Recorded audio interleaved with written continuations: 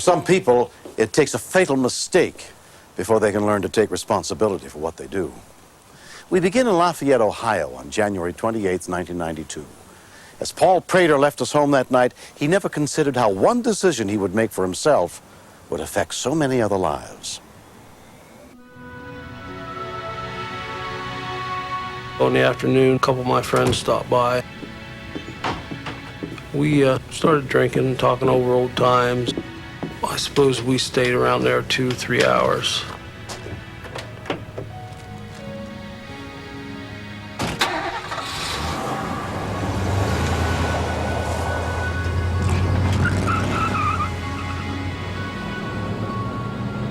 I was going to go see a lady friend of mine, and we was going to watch movies and eat pizza that evening. It didn't cross my mind whether I was able to drive or not.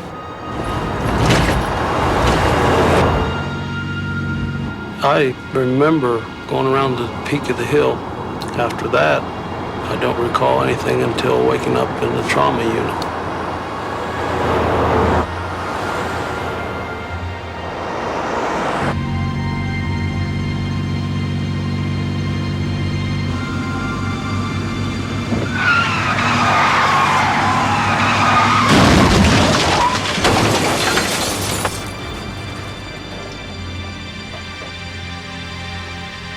When we continue.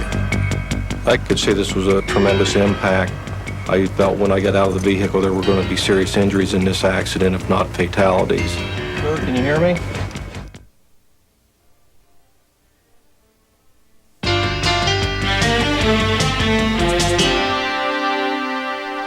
Around 8:45 p.m., Coshocton County Sheriff's Deputy John Mosier had just gotten off duty and was on his way home, driving down a lonely stretch of road in rural Ohio.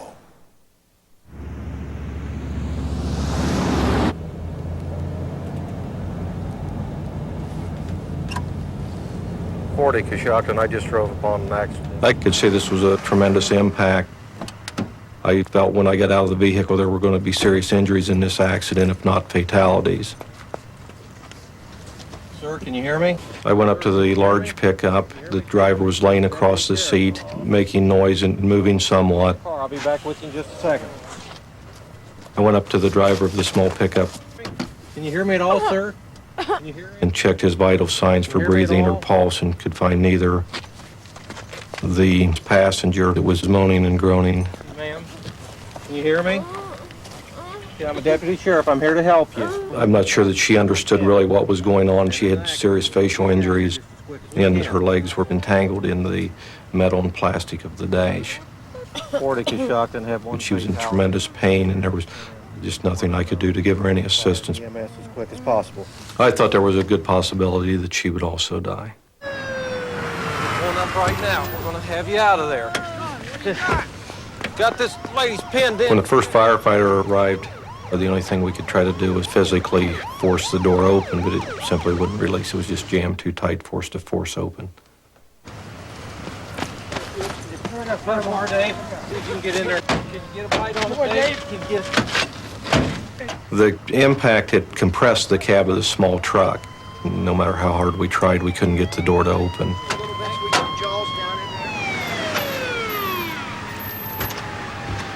Coshocton County EMS paramedic Randy Curtis was first called over to help the passenger in the small pickup truck. How you doing? Can you hear me talking to you? She was gurgling a lot on her own blood. I stabilized her neck and opened her airway so she'd be able to breathe on her own. Want to take C-spine for me? Sure. I checked the driver real quick, and he was obviously dead. The steering wheel probably got him in the chest, and he died on impact more than likely. Neither of them had their seatbelts on. It's always hard to say what if, but chances are seatbelts are going to help you. They're not going to hurt you. So I started trying to work on the patient. I couldn't evaluate from her pelvis down. They were all pinned by the dashboard. She had real severe head injuries and she had chest injuries. Had patients before who have ended up dying in hospital or dying there on scene from injuries like this. Can you hold her okay, Steve? When the patient's this critical, you just never know. Okay, take it easy. Take it easy. I know. It appeared that alcohol had been used by the driver of the large pickup. When I opened the door, beer cans rolled out onto the pavement. Well, we're going to need a C-spine. He was conscious. He had some injuries. They didn't appear to be as severe as the people in the other vehicle. Right there. You got it.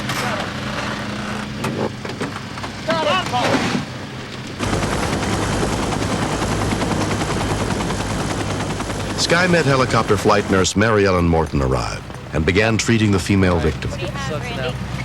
Once we laid her on the board, it became just massive amounts of blood coming from these facial lacerations and fractures. Put it into tracheal tube in her. Patricia, take She was disoriented and would not cooperate, and I suspected immediately she had a major brain injury.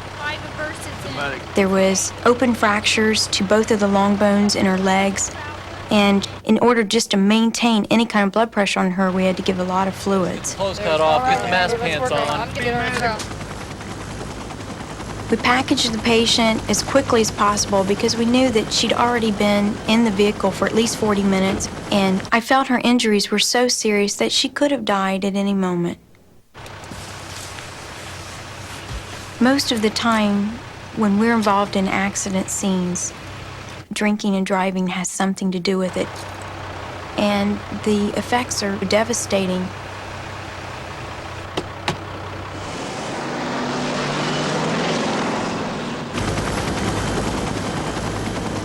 35-year-old Patricia Johnson was taken to Ohio State University Medical Center, where a trauma team was standing by, including orthopedic surgeon Robert Ostrom.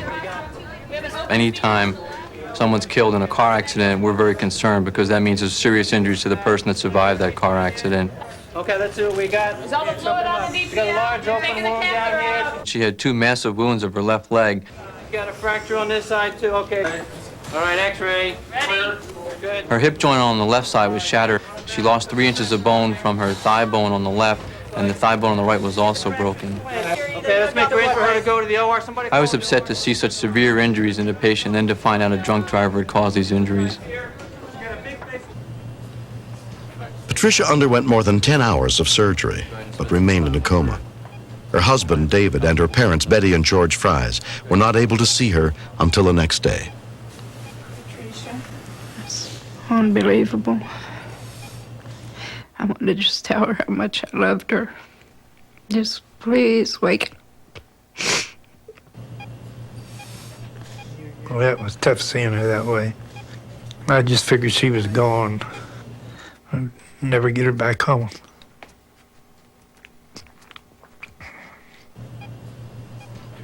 At the time of the incident, the driver of the other truck's blood alcohol level was 2.5 times the legal limit. He had 4 prior convictions for driving under the influence. When I learned that a drunk driver had killed David and hurt Patricia, I was very angry. Open your eyes. I had so much hate. If I could have got a hold of him, I would have probably tried to kill him. Patricia did not come out of the coma for a week and spent 2 months in the hospital. For the past 1.5 years, she's been undergoing painful physical therapy. Come on. It hurts when I go down. I know. Work through it. I had to get 2 hip replacements. I had 3 inches of bone torn out of my leg. Now I'm kind of short-legged on my left leg. I'm blind in my left eye. And the pain, I'll always have the pain. 2 years after the accident, Patricia is still trying to come to grips with the death of family friend David Marlatt.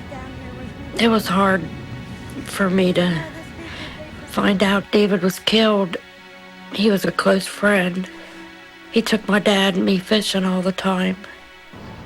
David was a heck of a nice guy. He was one of the best guys I ever known.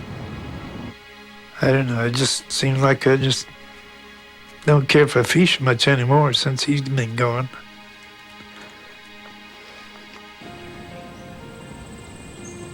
If I could just take some of their pain and their grief and make it easier, I would do anything possible, but as much I can do. Driver Paul Prater is serving a 6.5 to 15-year sentence in prison and has had his license revoked permanently. It was hard to accept that I took a life. I would go to bed with it. I woke up with it. I wanted to write Patricia a letter to find out how she was getting along in a recovery. And probably a week later, I received a letter from her. She told me what it was like at home, how hard it was living out of a wheelchair. And I knew that I was the cause of this whole thing.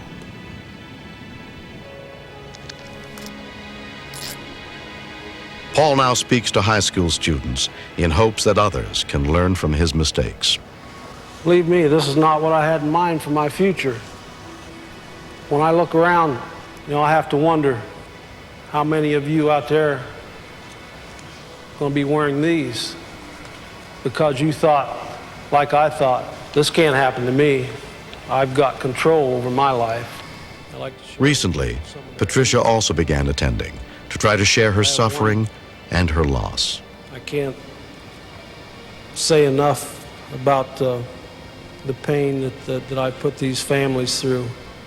I look at the eyes and hope someone's listening to my story and how easy it is to get in a place like this, how easy it is to destroy lives, destroy families. Hi. Hi. You all right after all that? Yeah. After an event on October 12, 1994, Patricia and Paul spoke privately for the first time.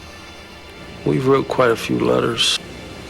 She must be one special person to be able to accept what's happened and still correspond with me, tell me her feelings, and want to know my feelings. Something I've been wanting to say for a long time is thank you very much for responding to my first letter. That means a lot to me. I mean, putting myself in your place, I don't know if I could be that strong. I just want you to know that I forgive you for what you've done. At times I do hate you for what you've done. I wouldn't wish my accident on my worst enemy. And if my story could just help one person not drink and drive, I'd be really thankful. I took the life of someone and seriously injured someone else. It took a split second to cross that line and change so many lives. My advice to anybody that's drinking and driving, you better beware. The consequences of that could end you in a place like I am.